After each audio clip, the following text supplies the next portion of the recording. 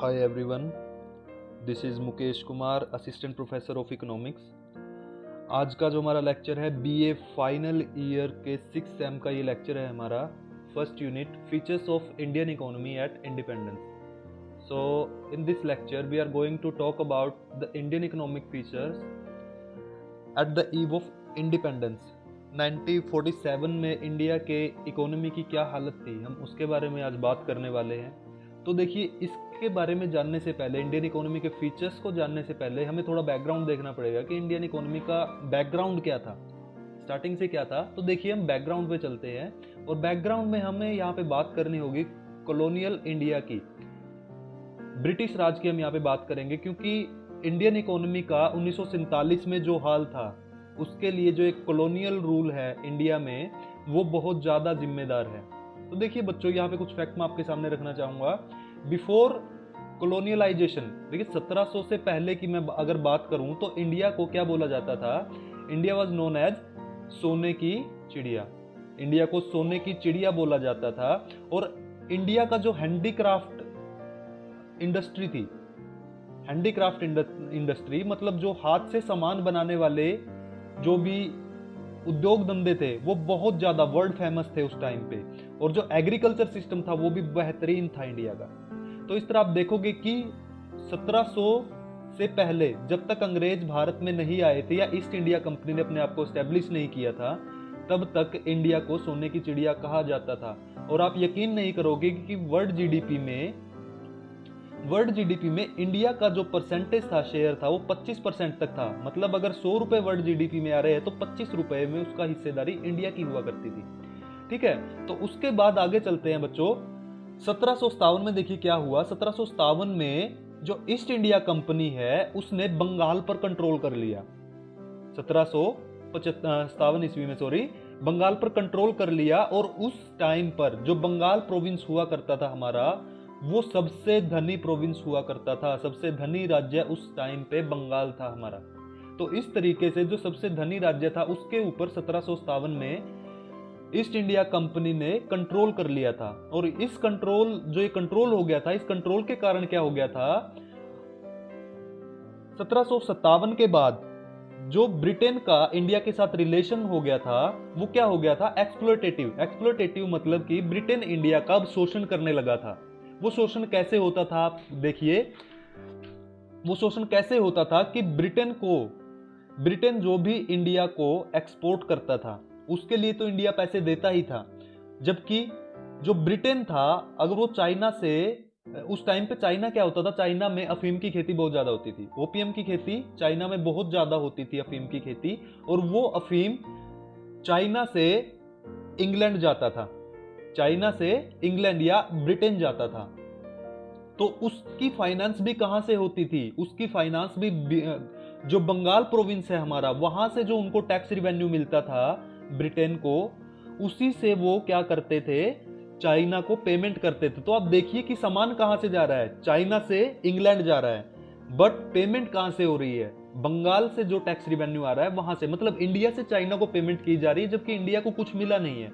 सामान कहां पे गया, ब्रिटेन गया। तो इस तरीके से आप देखिए कि इंडिया में जो टैक्स रिवेन्यू कलेक्ट करता था ब्रिटेन, वो सारा का सारा क्या होता था, ब्रिटेन के काम आता था। तो इंडिया के यहाँ पे कुछ भी नहीं लगता था। तो आई होप कि आप ये सारा समझ गए होंगे, बैकग्राउंड समझ गए होंगे। तो अब आपको आसानी होगी कि भारत की जो आजादी के समय पे हालत थी वो ऐसी क्यों थी।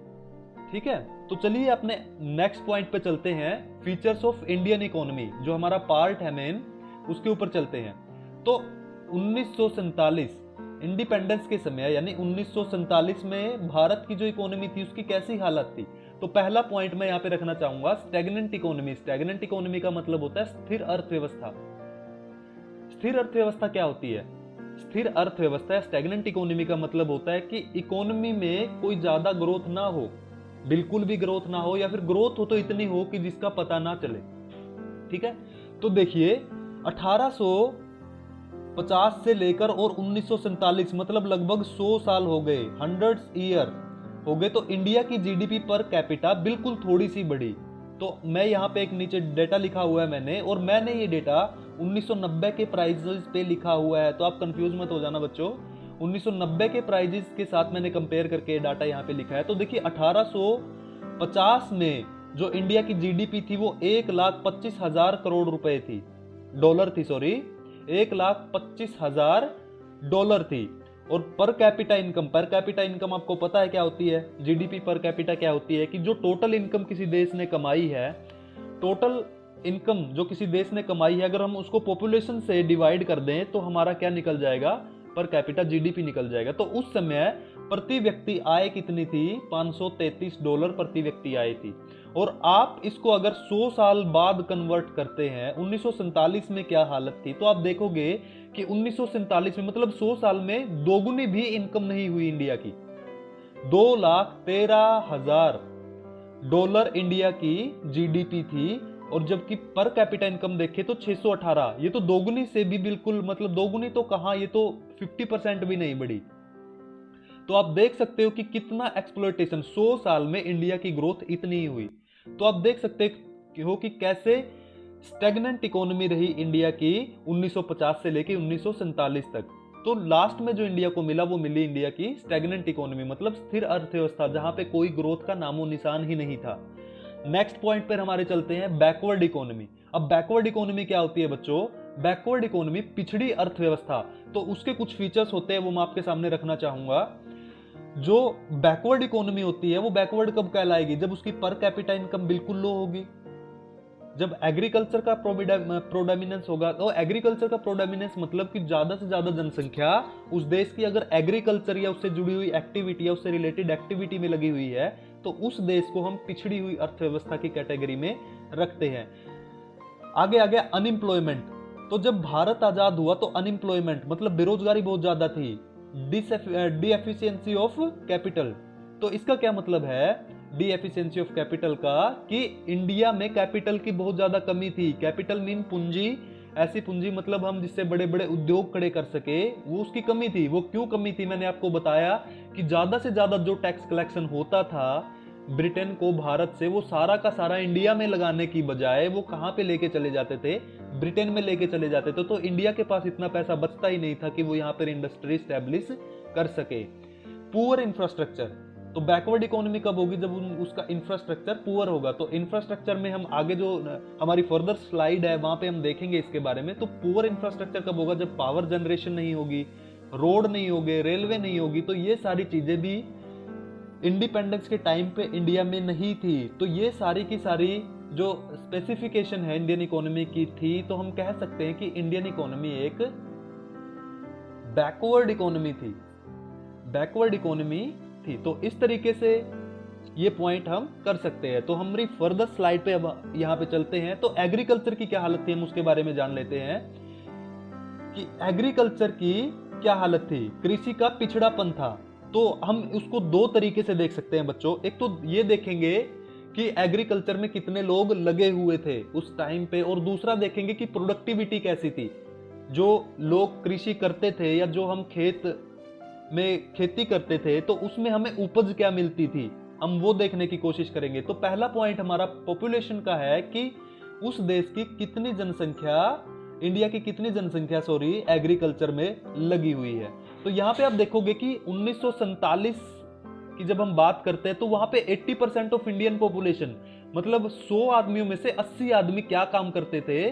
वो एग्रीकल्चर या उससे जुड़ी हुई एक्टिविटीज में लगे हुए थे। वो किसके साथ जुड़े हुए थे? एग्रीकल्चर के साथ जुड़े हुए थे। ना इंडस्ट्री थी, ना सर्विस सेक्टर था, ठीक है। और दूसरा पॉइंट हमारा क्या है? प्रोडक्टिविटी। प्रोडक्टिविटी क्या है कि प्रोडक्टिविटी पर हेक्टेयर की, पर हेक्टेयर हमें कितनी प्रोडक्टिविटी उस टाइम पे मिलती थी। तो देखिए बच्चों, when India became independent in 1947, जब भारत 1947 में आजाद हुआ था तो इंडिया में कितनी वीट थी? 64 लाख टन वीट उत्पादन हो रहा था, गेहूं का उत्पादन हो रहा था। और productivity per hectare 663 kilo per hectare उपज हो रही थी।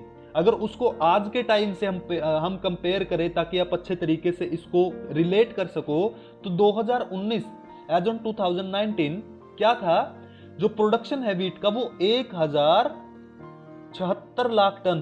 देखिए कहां पे 64 लाख टन है और कहां पे 1076 लाख टन है। तो मतलब आप कह सकते हो कि लगभग 15 गुना इंडिया की प्रोडक्टिविटी बढ़ी। अगर पर हेक्टेयर की बात है कि प्रति एकड़ कितना पैदावार होता है अब इंडिया में, तो वो 3507 किलो प्रति हेक्टेयर की पैदावार इंडिया में होती है। तो आप इसको कंपेयर कर सकते हो 663 किलो पर हेक्टेयर 1947 में और 2019 में 3507 हेक्टेयर।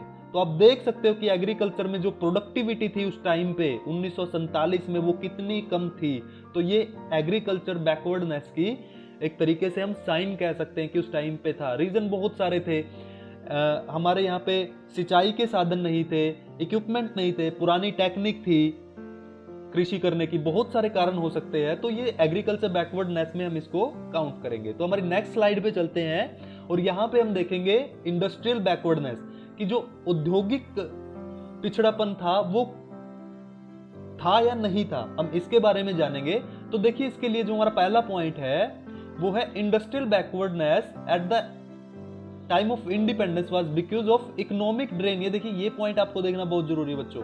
इकोनॉमिक ड्रेन मतलब जो पैसा इंडिया कमाता था वो कहां पे जाता था। इकोनॉमिकल ड्रेन होता है कि पैसे का एक स्थान से दूसरे स्थान पर चले जाना, या जो भी इकोनॉमिकल एक्टिविटी हो रही है उसका फायदा एक देश से दूसरे देश में चले जाना। तो इकोनॉमिकल एक्टिविटी कोई कहां पे हो रही थी, इंडिया में हो रही थी, जबकि उसका ड्रेन, उसका बहाव किस तरफ हो रहा था, इंग्लैंड की तरफ, ब्रिटेन की तरफ।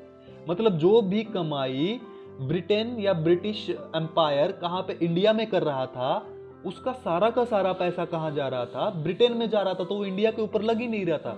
यहाँ पे जो इंडस्ट्रीज थी वो बिल्कुल ही खत्म कर दी थी इंग्लैंड ने। वो यहां से सिर्फ कच्चा माल लेके जाते थे। यहां पे इंडस्ट्री सेटअप करने की बजाय इंडिया से कच्चा माल वो कहां पे लेके जाते थे, ब्रिटेन में लेके जाते थे, और वहां पे इस माल को क्या करते थे, वो मैन्युफैक्चरिंग करते थे और वापस किस में बेचते थे, इंडिया में बेचते थे। तो इंडिया का माल ही इंडिया में बेचते थे मैन्युफैक्चरिंग करके, और सस्ते में खरीदते थे बच्चों और महंगे में बेचते थे। तो आप देख रहे हो कि यहां से जो इंग्लैंड जा रहा है रॉ मटेरियल वो बिल्कुल सस्ते में जा रहा है या बिल्कुल नेग्लिजिबल प्राइस पे जा रहा है, और वही जो माल मैन्युफैक्चर होके वहां पे इंडस्ट्री में इंडिया आ रहा था वो बहुत ही महंगे दामों पर यहाँ पे बेच रहे थे। तो दोहरी मार इंडिया को यहाँ पे वो कर रहे थे। तो इसी कारण जो इंडिया की इंडस्ट्री थी वो फ्लरिश नहीं कर पाई, वो आगे नहीं बढ़ पाई।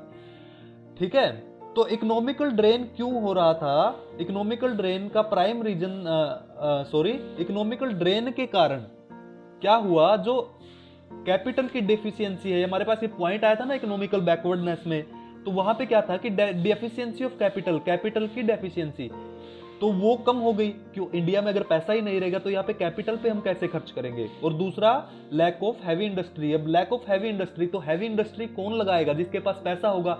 अब जो इंडिया के लोग थे उनके पास पैसा ही नहीं था क्योंकि सारा पैसा इंग्लैंड जा रहा था, तो यहाँ पे हैवी इंडस्ट्री की भी कमी थी। तो आप देख सकते हो कि इंडस्ट्रियल बैकवर्डनेस यहाँ पे थी। अब दूसरा जो मेन पॉइंट है कि भारत का जो हथकरघा उद्योग है, जो हैंडीक्राफ्ट इंडस्ट्री है, वो बहुत ज्यादा फेमस थी किसी टाइम पे।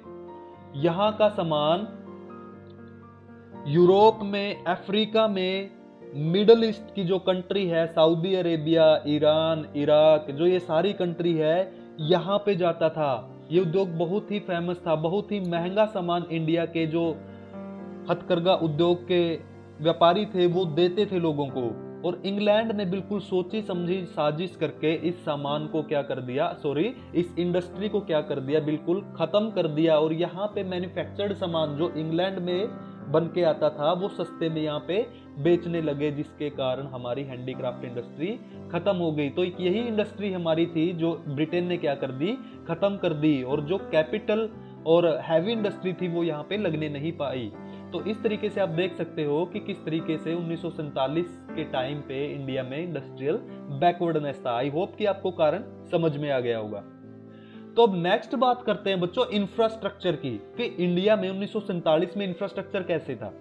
तो इंफ्रास्ट्रक्चर की जब हम बात करते हैं तो 3 पॉइंट को हम देखेंगे। वो 3 पॉइंट कौन कौन से हैं? हम पावर जनरेशन देखेंगे कि इलेक्ट्रिसिटी कितनी पैदावार हो रही थी उस टाइम पे। हम ये देखेंगे कि रेलवेज की क्या पोजीशन थी। हम ये देखेंगे कि रोडवेज की क्या पोजीशन थी। इंफ्रास्ट्रक्चर में हम और भी कई चीजें जोड़ सकते हैं, बट ये 3 मेन चीजें जो मैं आपके सामने रख रहा हूं। तो पहले पावर जनरेशन या विद्युत उत्पादन का देख लेते हैं कि क्या था। कि जो टोटल पावर जनरेशन है 1947 में वो कितनी थी? 1362 मेगावाट। 1947 में 1362 मेगावाट ही इलेक्ट्रिसिटी प्रोड्यूस हो रही थी, which is very negligible as compared to 4,48,000 megawatt in 2020। देखिए कहां 1362 जो 1947 में थी और कहां 4,48,000 मेगावाट। ठीक है, तो देखिए आप कितना ज्यादा फर्क आज के और उस टाइम में था। तो हम ये कह सकते हैं कि पावर जनरेशन बहुत ज्यादा कम होता था वहां पे, क्योंकि इतना पैसा था ही नहीं। पावर जनरेशन करने के लिए भी कैपिटल की जरूरत पड़ती है और हमारे पास तो कैपिटल थी ही नहीं, तो पावर जनरेशन कम हो रहा था। अब बात करते हैं रेलवेज की। तो रेलवेज में आप देखोगे कि उस टाइम पे जो रेलवे की लेंथ थी 1947 में वो 53,000 किलोमीटर थी। तो आप कहोगे भाई 53,000 किलोमीटर भी बहुत है। तो इसके पीछे भी जो रेलवे का डेवलपमेंट था इंडिया में, उसके पीछे भी एक रीजन था। जो इंडिया से रॉ मटेरियल, जो कच्चा माल था, इंग्लैंड को अपने देश पहुंचाना होता था और वो दूर दराज के क्षेत्रों से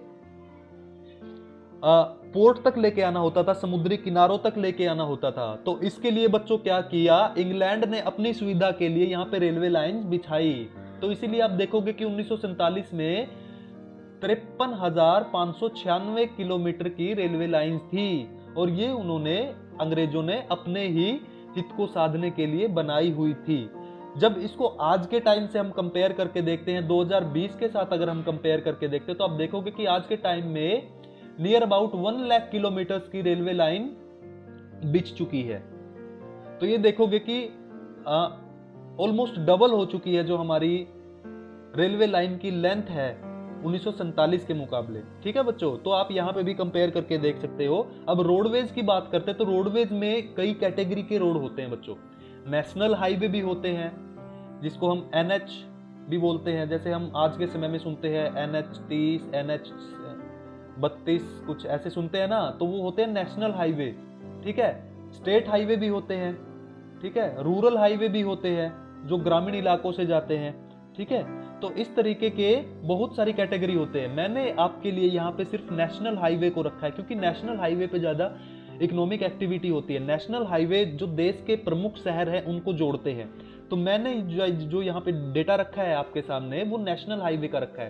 तो आप 1947 में देखोगे बच्चों कि 1947 में नेशनल हाईवे की लेंथ थी वो 19,811 किलोमीटर थी। जो कंपेयर करें अगर हम 2020 से, तो आप पाओगे कि 2020 में 1,14,558 किलोमीटर। तो हम कह सकते हैं कि नियर अबाउट 8 से 9 गुना ज्यादा आज के समय में नेशनल हाईवे इंडिया में है एज कंपेयर टू 1947। तो आप देख सकते हो कि उस टाइम का इंफ्रास्ट्रक्चर भी हम बैकवर्ड क्वालिटी का बोल सकते हैं। तो ये हमारे ये हमारा पोजीशन थी उस टाइम पे इंफ्रास्ट्रक्चर की। तो बच्चों ये हमारा आज का लेक्चर था। जो मैंने यहाँ पे आपके सामने 5 पॉइंट रखे हैं। जो इसके रिगार्डिंग आपको कोई प्रॉब्लम अगर आती है तो आप मेरे से व्हाट्सएप ग्रुप पे भी क्वेश्चन उसके बारे में आप पुट कर सकते हो।